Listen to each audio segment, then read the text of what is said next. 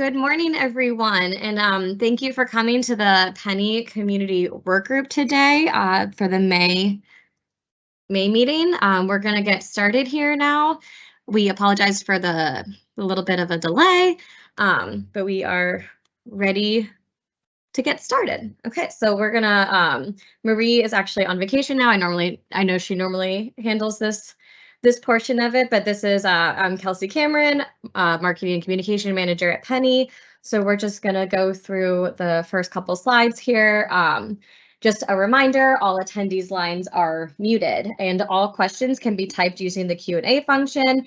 Pennie representatives are on the back end and they'll be able to answer the questions one-on-one and or publish them, or we might be able to address them depending on timing with the meeting. So today's agenda, we actually have our executive director here, Devin Trolley, who's going to be giving an introduction. We're going to be going through assister and broker escalation path reminders. We're going to be giving an update on the medical assistance unwinding and how it's going at Pennie. We're going to be talking about serving individuals coming from medical assistance and CHIP, as well as the transition to Medicare and how that works through Pennie. We're also going to talk about QLE document verification requirements, and then if there's time at the end, we will be facilitating a question and answer session. So to get us started, we're going to have Pennie Executive Director Devin Trolley just give us a welcoming remarks. So Devin, you can take it away. Thank you, Kelsey, and good morning, everyone. Thank you so much for joining us today for the May Community Workgroup meeting. I have a lot to cover, but wanted to just say hi, introduce myself to all of you today. I'm the new Executive Director of Pennie, started in early March, and I'm very excited to be in Pennsylvania. I went to Penn State quite a bit ago and have a lot of friends and family in the area, and I'm just really excited to work on the Marketplace program here in Pennsylvania. I have been working on health insurance marketplaces since they began, really at the federal level. I worked on the Affordable Care Act when it was passing in the US Congress, and then went on to implement healthcare.gov at the federal level, and worked on that for several years before going to New Jersey and launching the state-based marketplace in New Jersey a few years back, actually the same time that Pennie was launched here in Pennsylvania. So I really feel very, very strongly that access to affordable health coverage can be a life-changing for people, that it provides such peace of mind, especially in times of illness or injury. And so I'm very thrilled to be here in Pennsylvania and be leading this program here. And I think just wanted to talk a little bit about some of the priorities that we have here. And I know you've been hearing about them for the past couple of months, but just wanted to really underscore that the number one focus for the coming months and for the next year is that with the unwinding with medical assistance. So, I mean, I think as many of you have probably heard on this call in prior months that we are underway and we are receiving account transfers from our counterparts at the Department of Human Services. And so that process is well underway, and I think just expecting it to gain more and more volume as and particularly as DHS gets into renewing people's applications. This is such a critical initiative, not just for Pennie, but really for health coverage for all Pennsylvanians and for impacts even beyond that. As some of you may know, when there's higher levels of uninsured rates, there's also higher levels of uncompensated care at hospitals and local community health centers, and that can have a negative impact sort of across the healthcare system. So it really is an imperative to try to make sure that people who need to renew their coverage at Medicaid, and if they are no longer eligible, are really aware of their options, and particularly Pennie as an obvious sort of transition from that medical assistance coverage. So really encourage all of you to be thinking about how you can support this population. If you've worked with folks who have medical assistance or maybe applied to Pennie before and were transferred over, checking in with them to see if they are aware of the upcoming renewals that will be happening over the next year, and make sure that they're ready for their renewal date. And then really making sure that they understand that there are options at Pennie to stay covered and that there are a lot of affordable options at Pennie. As I think several of you or many of you also know that there have been expanded subsidies for the past 2 years. But potentially people who have been on Medicaid for several years aren't aware that there's more affordability than there ever has been before through the marketplace.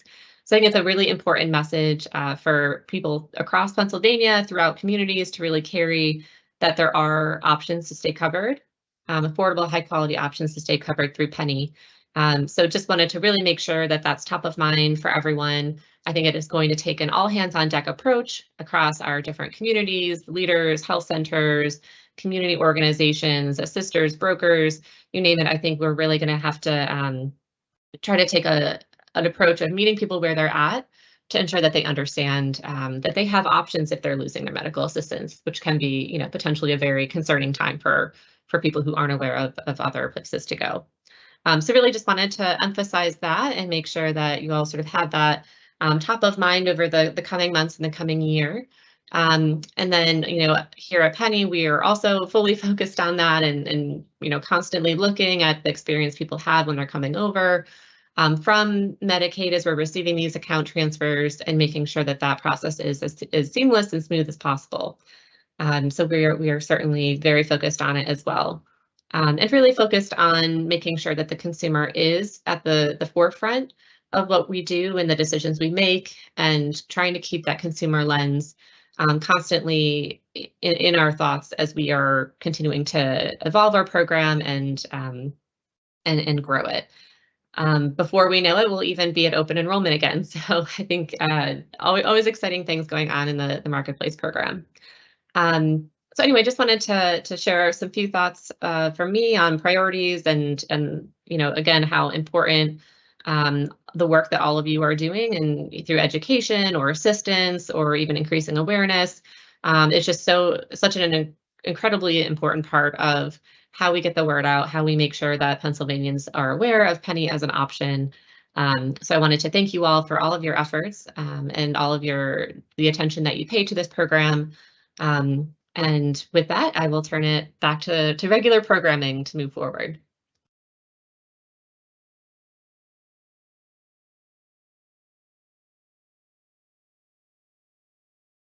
Okay, so good morning, everyone. My name is Julian Seltzer. I am part of the operations team at Pennie. I also work particularly with some broker and assistant related issues and functions. So I wanted to give a quick update today on some changes to the processing of the broker and assister inboxes, as well as share some additional resources for everyone that you may not know are out there, or for just a quick reminder. So I'm sure most of you are familiar with the brokers and assisters at pennie.com email inboxes. Those have been primarily manned and responded to, manually so far by, a few of us here at Pennie. We are going to be, over the next month, kind of transitioning that to we'll call it a more automated process. And what we're going to be doing is taking the requests that come in and for the ones that are appropriate, transitioning them, well, not transitioning, but creating cap tickets for these requests. And then in the response to the initial email that we receive, we will respond with an update letting you know we received your email, providing you with the number of the cap ticket. And then in next month's Pennie Community Workgroup, we will dive into this a little more in detail and show you the steps to do so.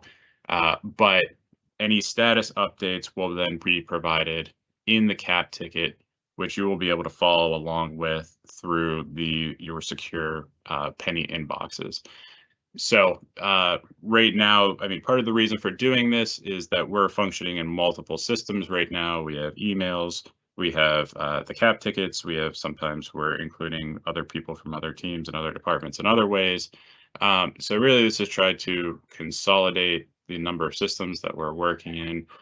All of these changes are going to improve response times to the emails that we receive and certainly expedite the processing of the requests that come in through the inbox.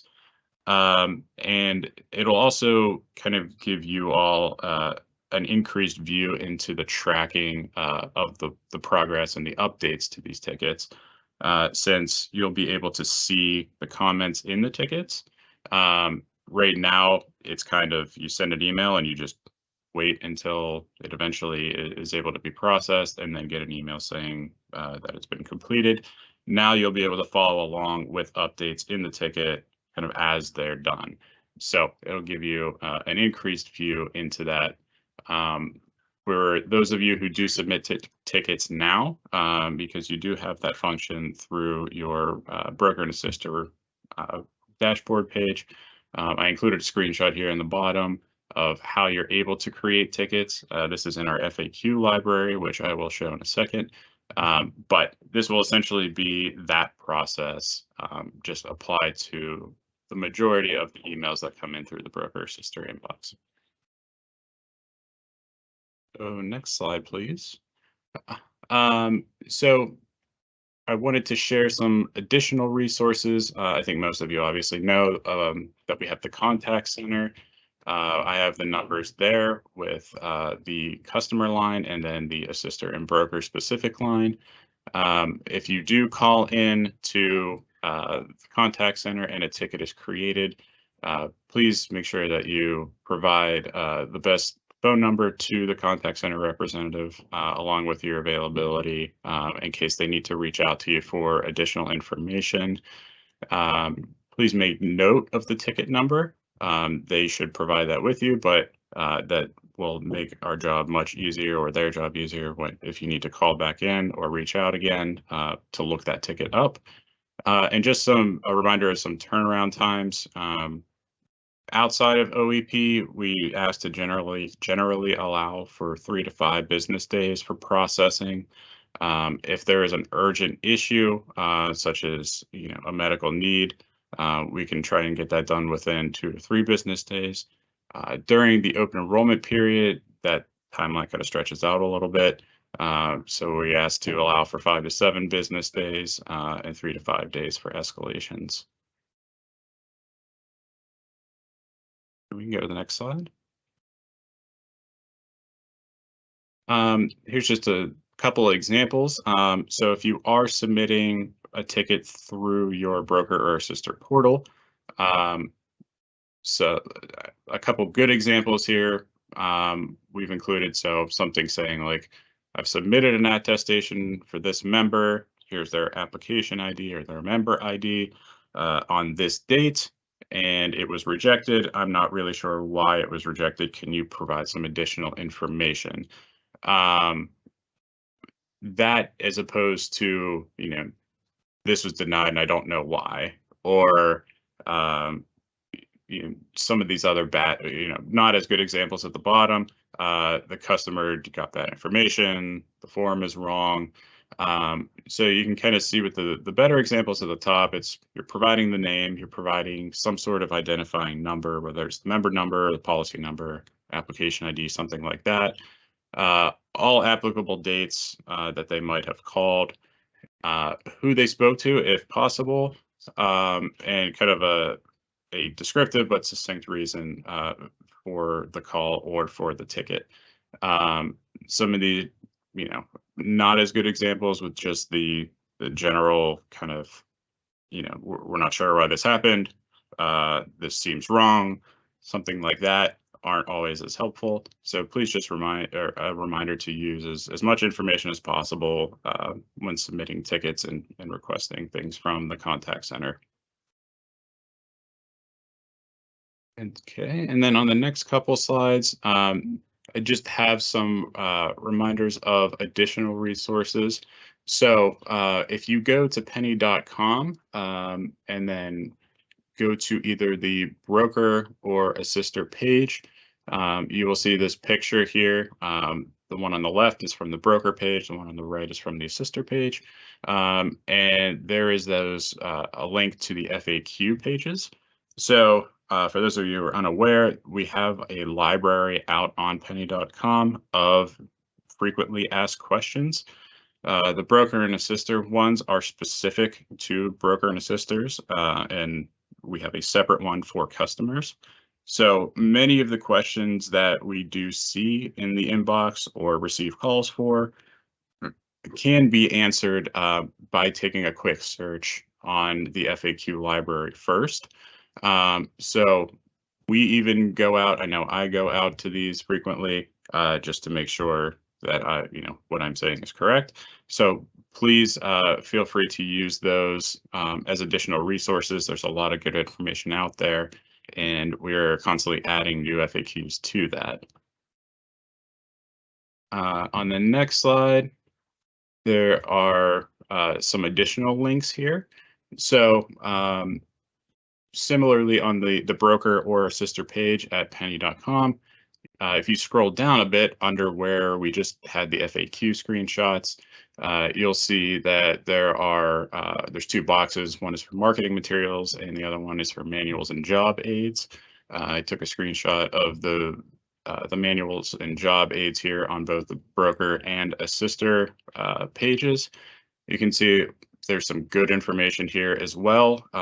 Some often referred to information or data sheets, talking points, stuff like that, including the SEP reference chart.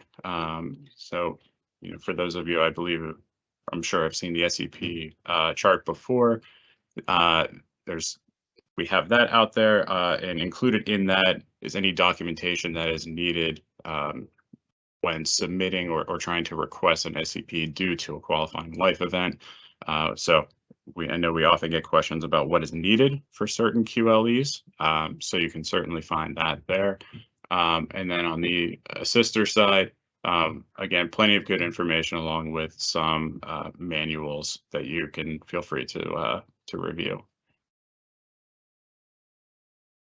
And then on the last slide, I wanted to touch on the resources page. So those previous two slides were on the broker and a sister pages at pennie.com.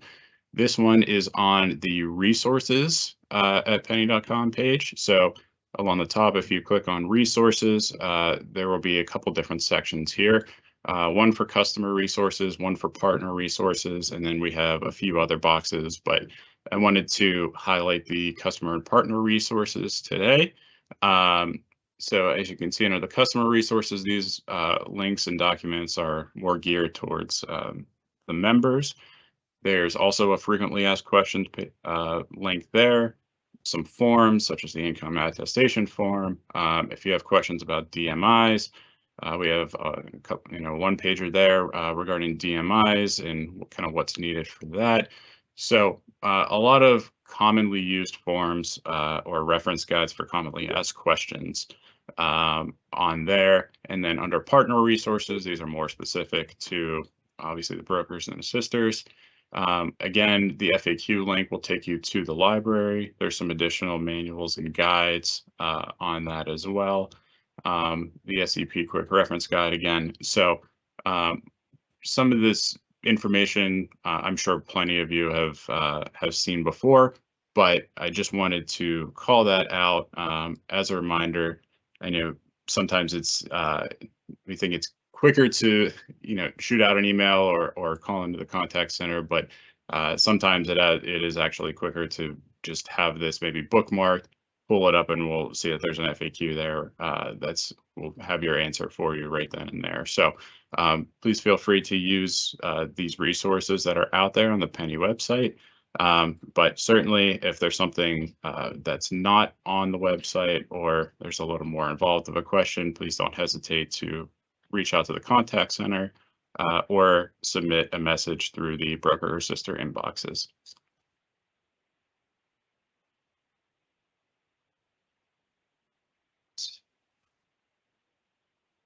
Awesome. Thank you, Julian, for that. I think we're going to move forward now and discuss a medical assistance unwinding update. So I believe I'll be taking these next few slides. Again, my name is Kelsey Cameron, Marketing Communication Manager here at Pennie. So just a little bit of an update. We have, for the past few weeks, we have started to receive data from the Department of Human Services for customers who have been found ineligible for medical assistance. So these people have responded to the renewal packet and they have been found ineligible and they have been automatically transferred over to Pennie. Upon being account transferred, just as a quick reminder, upon being account transferred, this population received a notice from Pennie in the mail or in their secure inbox with their account information and potentially their eligibility determination information, as well as details on their special enrollment period. Following that notice, we have started to send emails as reminders.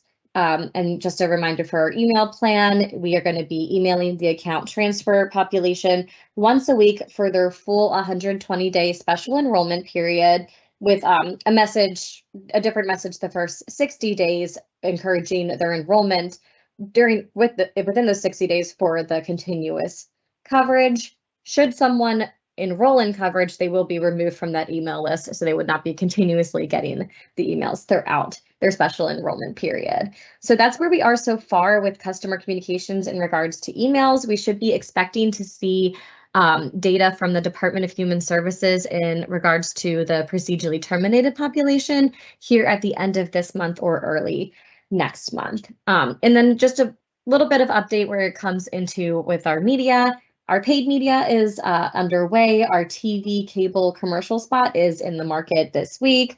Our search campaign has begun, as well as our social and digital ads are also in market. We also have advertisements that we're working on that are going to be placed in pharmacies, nail salons, barbershops, and our transit ads are all underway. Our transit ads will be primarily in Philly and Pittsburgh, and they should be in market at the end of this month, beginning of next month. So that's pretty much just a comprehensive little update on our advertisement campaign when it comes to the unwinding. Earned media. We are currently doing a statewide press tour in coordination with the Department of Human Services. Over the past few months, we have completed press conferences in Allentown, Philly, Pittsburgh, Lancaster, and just this past Monday, we were actually in one in Reading. These pressers have been hugely beneficial, speaking with the press as well as local officials to help spread the word on the unwinding and how Pennie is here to help. We have a few more left with this leg of the press tour, including Erie and then another one in York in June. And then we're also working with DHS to look more into the summer to pick up another leg and going across the state again for more press throughout. We want to make sure that we're keeping the press involved throughout the unwinding. Owned media, we have updated our Pennie loss of medical assistance landing page with a Pennie specific explainer video. So I encourage everyone to go take a look at that. It's a pretty detailed video on how Pennie can help throughout this unwinding period. And we have also added a video of the governor who is speaking on Pennie and the unwinding on our homepage. And we've also begun our unwinding social media campaign across all of our social platforms. So I also encourage everyone to check out our social media sites and feel free to share our posts about the unwinding. And then on the next slide, this is just a reminder about all of the materials that are out there for your availability.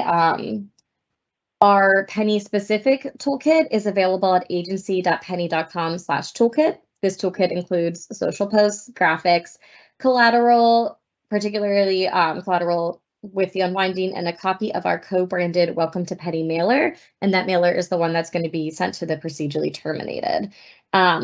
Another toolkit that is available for your use is on the Department of Human Services State Covered webpage, which is linked here. This includes collateral pieces, FAQs, sample content, digital and social graphics, as well as some general Pennie collateral. For more information on the unwinding, you can check out Pennie Loss of Medical Assistance landing page, which I discussed earlier, the Department of Human Services State Covered landing page, which also includes, they're continuously updating that landing page with updated material, and now they've also included data, as well as they have a web page from that page that includes all of the medical assistance renewal communications that they are sending out. And then for the next slide, we also just wanted to kind of give a quick second to remind everyone about how Pennie communicates with the customer and what customers should be seeing from us, and what, if anything more than this, there's a chance that it's spam. and we just want to make everybody aware of that. So when applying, a customer chooses their communication preferences. All postal mail will include the Pennie logo. Pennie emails come directly from Pennie as the email sender. Customers can unsubscribe to Pennie emails at any time and they would not be receiving any more. All phone calls or outbound calling campaign is all courtesy calls for customer awareness, and that is noted in the beginning of the phone calls. When we do call customer, the number should appear on their phone either from Pennie directly or will show our Pennie customer service number, which is 1-844-844-8040. Our customers are able to return those phone calls by dialing the number right back to contact Pennie at the customer service center. And our calls are conducted on a recorded line with various procedures for sharing and verifying who was on the phone. So just a reminder, Pennie does not do repeated phone calls to any customers or potential customers. Nobody should be receiving a ton of Pennie phone calls throughout the day. So that's just a little quick reminder on how we communicate. And now I'm going to transition over to Ken, who is our contact center expert. He's going to provide more details on the Unwinding Calling campaign so far. Thanks, Kelsey. Hello and good morning, everyone. My name is Ken Hetzel. I help co-manage the Pennie Contact Center with my colleague Marie Ortiz, our contact center business analyst. And today I'd like to share how Pennie has positioned and prepared our contact center for success in service and support for valued Pennsylvania customers, as well as Pennie certified assisters and brokers during the medical assistance and CHIP unwinding period. The slide before you breaks out the 4 following key service and support areas and the enhancements that we've made to our current operational setup for the contact center. Those 4 key areas are incoming calls, outgoing calls, chat, and assisters and brokers. So moving left to right, top to bottom, we'll begin with incoming calls. On incoming calls, we've updated the contact center's phone interactive voice response system with new language and selections for loss of medical assistance and CHIP, or we just refer to it as MA CHIP callers. This update includes an important announcement at the very beginning before our main menu of service options that's offered.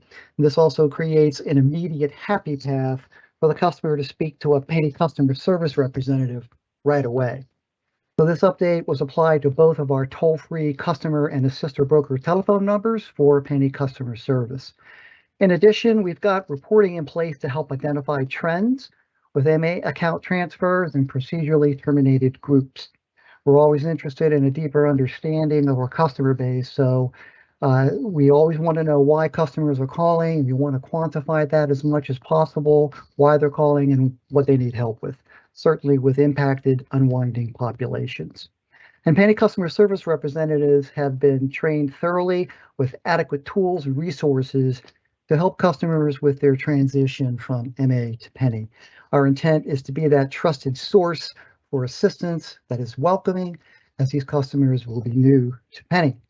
The contact center is staffed appropriately in anticipation of increased call volume. Our staffing model is essentially the same as we had in place during open enrollment in order to meet the potential demand.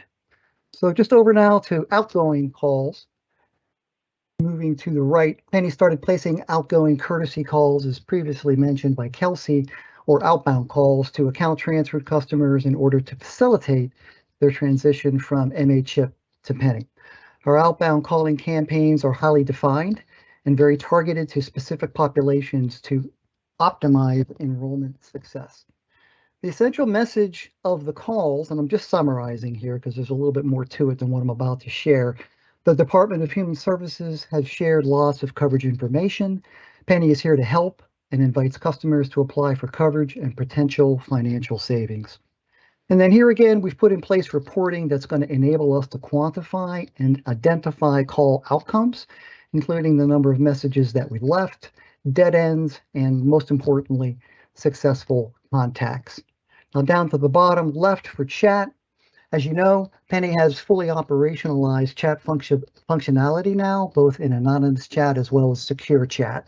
Secure chat enables a customer to engage a Pennie customer service representative in a live interactive chat session right from within their Pennie account. With respect to unwinding, we've added an additional question to the drop-down list of available questions specific to loss of medical assistance and CHIP. And that question is, I lost medical assistance CHIP coverage, now what? When this question is selected, it will take the customer to what we call a short answer chat response, along with a hyperlink to the dedicated loss of medical assistance coverage site out on Pennie.com. That's shown here and shared, and also shared previously by Kelsey. In addition, we've also provided the hyperlink to the Department of Human Services dedicated site for MA and CHIP renewals within the initial short answer chat response. That's also shown here and shared.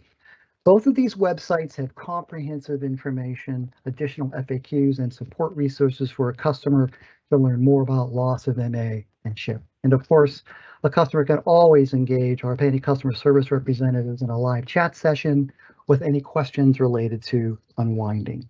And lastly, moving over to sisters and brokers on the bottom right, as we shared just a bit ago by Kelsey, there is ample unwinding loss of MA CHIP resources available out on Pennie, on the Pennie agency site, Pennie.com as well, Pennie agency, agency.pennie.com.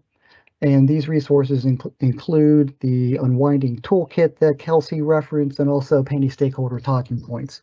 We'd want you to be aware that the contact center is aware of these resources and can point you in the right direction if you wanted to find out more information about them and take advantage of them. And for any of all questions, unwinding and otherwise, please feel free to call a Pennie dedicated sister broker support line at 844-844-4440. And finally, as a friendly reminder, as shared earlier by Julian, all assisters and brokers may create an inquiry ticket via the Pennie platform as an alternative to calling, so you can get to us. As we continue to work on adopting self-service and empowerment tools moving forward, we really do understand how valuable your time is. And with that, I'm going to pass it over at this point to our Director of Policy, David Thompson. David? Thanks, Ken. Next slide.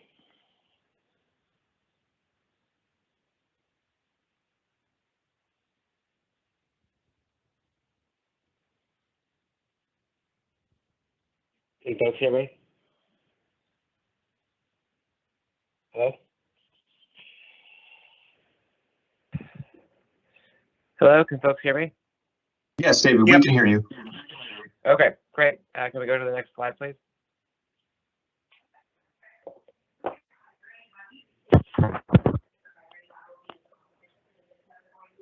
All right. So one of the things we wanted to do today was to do a quick reminder about the best ways to serve the population coming over for medical assistance and CHIP. So we just wanted to give a, these are resources that you already have, of course, from various trainings, but with folks coming in, we thought it'd be a good time for a refresher. So, a lot of folks, you're probably dealing with them right now. Folks losing medical assistance or CHIP during the unwinding may not be familiar with Pennie, or they may have had an experience with commercial insurance in the past. As Pennie's trusted messengers, you'll be the first point of contact for many, and it's very critical that you help customers feel at ease about their ability to enroll in quality and affordable coverage through Pennie. And for a lot of these people who aren't as familiar with Pennie or commercial insurance or anything like that, or don't understand a lot of the things that we do, it might require a little bit more hand-holding and more time spent with them. We can go to the next slide. So, what's going on with these folks? What's this population about? Who are the people you're going to see? So, as you know, individuals can lose medical assistance or CHIP for a variety of reasons. This includes a change in income or aging out of eligibility for certain programs. We've kind of put a list of the groups that are covered by Pennsylvania's medical assistance and CHIP programs. So I'm going to go through every item here. It's just kind of a reminder of the folks that you'll see coming over from these programs. So, adults, probably the biggest population is adults with household income up to 130% FPL. Those folks are the most likely to gain a little bit more in income, and that gets them out of Medicaid eligibility and over to Pennie. Then you have pregnant women, you have children of different age groups, that age out of certain eligibility criteria. You have folks going from maybe no cost or low cost CHIP to full cost CHIP, in which they might decide to come over to Pennie as a result of having to pay the full-fledged CHIP premium, but maybe if the child enrolls with their family, they can benefit from subsidies through Pennie. It's always good to remember, populations like foster children, children who are recipients of adoption assistance, people like that, to ensure that you're prepared for people of all ages and income levels and experiences with the healthcare system that might come in to the marketplace. Next slide. So it's really important to keep in mind that many households will have mixed eligibility statuses, whether it's due to whether it's due to their income and age thresholds, or because they have different immigration statuses. So, for example, for a family of four, you could have 4 family members in 3 different programs very easily. So in this example scenario, we have a father, mother, a child at age 4, a child age 15, and the mother is pregnant, and their FPL level is 160%. In this scenario, the father is not eligible for medical assistance, so he is eligible for Pennie coverage with financial assistance, including cost-sharing reductions. The mother is eligible for medical assistance up to age 220% FPL, so she has medical assistance. And then the 4-year-old, because they're in that 1 to 5 age range, they're in medical assistance as well due to household income. The 15-year-old has aged out of medical assistance for that income level, and now they're in no cost CHIP. So 4 family members, 3 different eligibilities, and it's important to be able to navigate each member of the household to ensure that they're getting where they need to go, whether it's they're coming over or we're sending them over to the Department of Human Services. And then, of course, immigration status. In Pennsylvania, folks have to have a lawfully present status for 5 years in order to be eligible for medical assistance.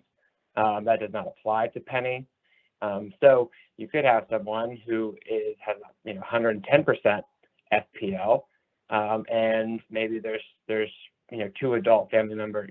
Let's say we have 3 family members in the household. Father has been in the United States for 10 years, so he meets the 5-year bar. Mother's only been in the United States for 4 years, so she doesn't. And then their children are, maybe derived citizens through their father. So in this scenario, father would be eligible for Pennie coverage with financial assistance. The mother would be sent over to medical assistance, and the children would go to medical assistance as well. So it's always important to remember those scenarios. And just as a reminder, when parents are not lawfully present in the U.S., give birth to a child in the U.S., that child is a U.S. citizen and may be eligible for health coverage through Pennie. And an undocumented individual can apply for Pennie coverage on behalf of their eligible child. And some may be eligible for emergency medical assistance from Medicaid.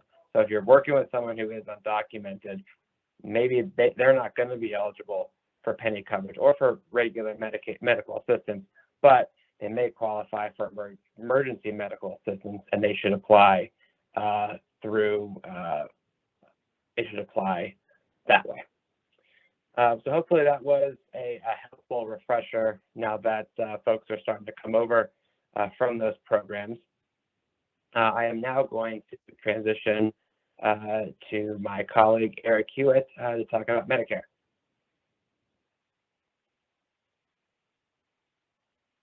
Hello. All right. Thank you, David. It's good to be here with you all today, and excited to bring this conversation regarding Medicare over to today. Moving on to the next slide. So customers, as they approach the age of 65, many individuals become eligible for Medicare. So today we're going to go and focus on how Medicare eligibility can impact a customer's coverage through Pennie and what actions the customers may need to take. And for simplicity, we will use the term eligible for Medicare to mean eligible for age-based Medicare with the premium-free Part A specifically. Same general rules will apply for individuals becoming eligible for premium-free Part A for other reasons, such as due to disability or ESRD. Moving forward. So why does eligibility for or enrollment in Medicare impact coverage through Pennie? An individual eligible for premium-free Medicare Part A or enrolled in Part A, whether with a premium or not, is considered eligible for minimum essential coverage, or MEC. Individuals eligible for other MEC are not eligible for financial assistance through Pennie, and an insurer cannot knowingly sell a qualified health plan to an individual enrolled in Medicare. So when do we know that a customer is eligible for Medicare at Pennie? Well, customers often self-report this on their eligibility application. It is a question on the eligibility application for them to report there. Pennie checks trusted data sources when submitting the eligibility application.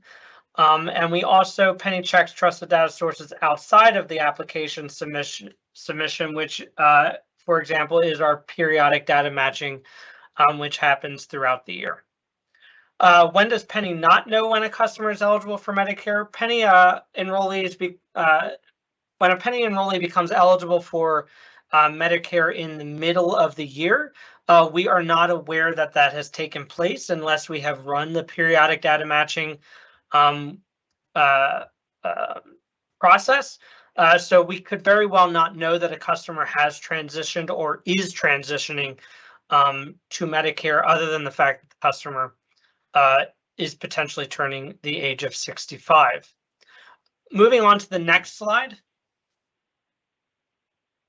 Continuing with this conversation of when we know customer is eligible for Medicare, you can see here, as I mentioned before, a customer can self-report their eligibility application.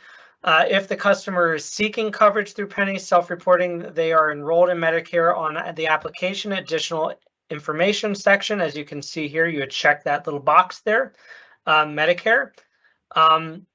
Our other coverage question, individual will be ineligible for financial assistance once this box has been checked.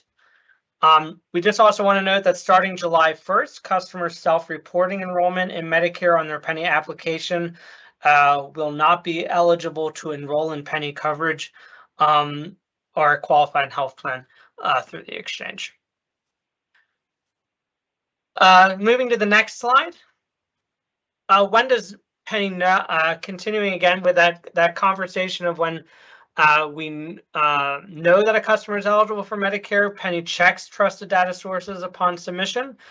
Pennie is required by federal law to verify information on a customer's application against trusted data sources and flag inconsistencies called the data matching issues, or DMIs, which you are all very familiar with, and checked every time an application is submitted. So every single time your customer is submitting that application, we're checking that information. Eligibility for Medicare is one of the items Pennie verifies against information from trusted data sources. If an individual seeking coverage does not self-attest to eligibility for Medicare, but a federal data hub says they are eligible for Medicare, A non-employer sponsored insurance minimum essential coverage, non-ESI MEC DMI is generated. The individuals would then must provide documentation that they do not have other qualifying coverage within that 90-day grace period. And if no action is taken, the customer will be disenrolled from coverage through Pennie at the end of the month following the 90-day window. Moving on to the next slide, we now get to the third. When Pennie knows that a customer is eligible, Pennie checks trusted data sources outside of the application. So that is the periodic data matching process I mentioned earlier. The exchanges are required to periodically verify customers' eligibility against trusted sources. Periodic data matching, or PDM, ensures customers receive APTC and/or CSR are not ineligible due to death or enrollment in non-ESI MEC, Medicare, Medicaid, CHIP. If the trusted data source indicates the customer is eligible for Medicare, then the non-ESI MEC DMI is generated, and an individual would have 30 days to submit documentation to proving they do not have other coverage. Just a reminder, PDM DMIs have a shorter window than regular DMIs generated on the application submission, so that 90-day grace period does not apply to the PDM process. You only have 30 days to submit those documents to us for verification. If the customer has not submitted those documents in that 30-day period, the coverage will be terminated to the end of the month after the 30-day window has passed. Moving on to the next slide. So when does Pennie not know that the customer is eligible for Medicare? As I previously mentioned, Pennie is not notified when a customer becomes eligible for or newly enrolls in Medicare. Medicare is not providing that information to us, and so therefore we don't have that information at hand. Pennie coverage is not automatically terminated when a customer enrolls in Medicare. Oftentimes customers think that, because it's a government agency, we will automatically terminate their coverage. We don't have that information available, and we are not able to automatically terminate a customer's coverage if they have not reported that they are enrolled in Medicare. What should a current Pennie enrollee do when they become eligible for Medicare? One, they can update their application indicating enrollment in Medicare, or call Pennie to contact center, and we'll go a little deeper into that shortly. We'll request termination of coverage through Pennie before Medicare start date. If a customer forgets to request termination before Medicare coverage begins, the earliest coverage end date will be the end of the current month. We cannot provide retroactive termination for the customer. Remember, Medicare can begin as early as the first day of the month in which an individual turns 65. Waiting to request until after the customer has turned 65 may result in an individual being duly enrolled for a period of time. How can a customer request termination of coverage through Pennie? If no other enrollees on the policy, terminate the plan through Pennie account. So you can do that online through your Pennie, the customer's Pennie dashboard, or their online account through Pennie. If other enrollees update, if there are other enrollees that are going to be continuing coverage, so say it's a husband and wife situation, and the husband is going to Medicare and the wife is staying on Pennie, you'll want to update the eligibility application through Pennie by checking that individual is now going to have Medicare. Or you could call Pennie customer service, and they would be most certainly able to help you process that correctly. So first off, going to the next slide, we're going to look at how a customer can terminate their coverage online. They can easily do that through their portal. As I said, they would select My Enrollment, Disenroll from Health Plan, and they would select when they want one of those three options to determine when they would want that coverage to end. Exactly. Again, this is for individuals who are the only ones on the plan. There are no other enrollees that need to remain enrolled. If you have other enrollees and you do this, it will disenroll everybody from a plan. So you will want to then go, if there are other enrollees, we will want to go into the updating the application. So moving on to the next slide. Here, if there are other enrollees on the policy who want to continue coverage, you should not terminate the entire policy, as I said previously. Just update eligibility application.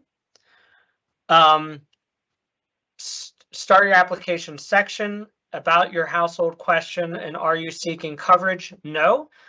When you do that, it will update the application so that that person gets removed from the policy. After submitting the updated eligibility application, the individual who is no longer seeking coverage will automatically be terminated from the policy effective the end of the current month. It's important to note that only termination option will the only termination option in this case is the end of the current month, no option for future end dates. So you will want to do that within the month before the coverage is to end for the customers going on to Medicare, or call Pennie customer service for additional help. Moving on to the next slide. How can customers report termination of coverage? As I said, you can always call the Pennie customer service number to get that assistance. Must call Pennie customer service if other enrollees on the policy want to continue coverage and an individual transitioning to Medicare wants coverage end date later than the end of the current month. So you'll definitely want to call us for additional assistance in those matters. So moving to the next slide, these are just some FAQs that you can look over and questions here. Moving to the next slide, that's another FAQ. So please peruse that on your free time and when we send these slides out. Going to the next slide, we're going to transition to Medicare. This is another FAQ, but I do want to focus on this just quickly. Pennie does send out an email informing the customer that they are turning 65, which I'm sure they are very well aware of, but we just want to remind them that with that comes, the possible transition to Medicare and what to do next. And we provide some explanations in that email on how to do that. So they will get that through our communications process. We also are doing outreach through calling campaigns when customers are getting near to the age of 65 and we haven't seen them terminate their coverage. Generally, the Pennie Contact Center will do a calling campaign to just quickly reach out to those customers saying, hey, you are coming up on your 65th birthday. Are you transitioning to Medicare? And we want to remind you that it's important that you come into Pennie to terminate your coverage as soon as possible. It just helps prevent future issues. Moving forward, we're also just want to quickly talk about document verification requirements for select qualifying life events. Moving on to the next slide, Pennie has updated the QLE page to make it easier for customers to verify eligibility for qualifying life events that require documentation. So you'll see this, these slides here show you what that image looks like, and you have 57 days left to enroll and change a plan, so you know what how many days left are there. It also allows you to upload documents. So moving on to the next slide, you'll see that there is a complete list of documents that comes up that you can upload to satisfy the requirement and are able to easily drag and drop those documents into the system there and have them uploaded. Moving on to the next slide. Starting April 1st, customers now also need to demonstrate enrollment in other minimal essential coverage for at least one of the previous 60 days following the QLE. So income reduction with gain of eligibility for financial help, marriage, new Pennsylvania resident or move within Pennsylvania, and survivor of domestic abuse or spousal abandonment will all require this additional requirement for showing evidence that you had coverage within the last 60 days. Moving on to the next slide. You'll see an example of how this will be within the system. Customers will get that traditional screen of how to upload documents and what documents are requested.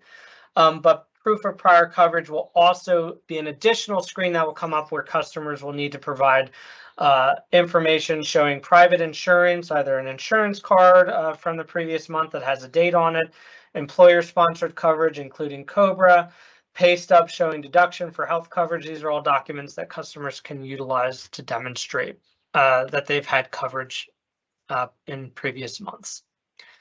Going on to the next slide, we just want to remind you again that there is a quick reference chart at pennie.com under broker and assister resources. This has all of the information you need regarding the quick reference regarding these QLEs and the additional need for prior coverage. So you can find all that information within that 4-document quick reference chart.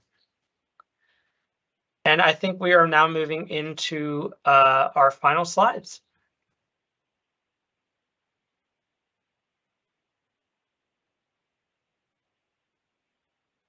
So we have 2 minutes. If there's any questions, you can put them in the chat and we can quickly answer them for you. But if not, it has been wonderful speaking with you today. You can always call us or reach us at 1-844-844-4440. You can also send your broker questions to brokers@pennie.com, especially if there's specific customer questions, please send them there, and or assister@pennie.com. And we are grateful for the opportunity to present to you today, and we look forward to speaking to you next month.